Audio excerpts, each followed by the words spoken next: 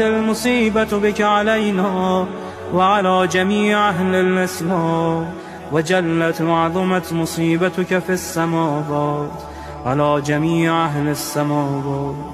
فلعن الله أمة أسست أساس الظلم والجور عليكم أهل البيت، ولعن الله أمة دفعتكم عن مقامكم وأزالتكم عن مراتبكم التي رتبكم الله فيها، ولعن الله أمة قتلتكم، ولعن الله الممهدين لهم بالتمكين من قتالكم.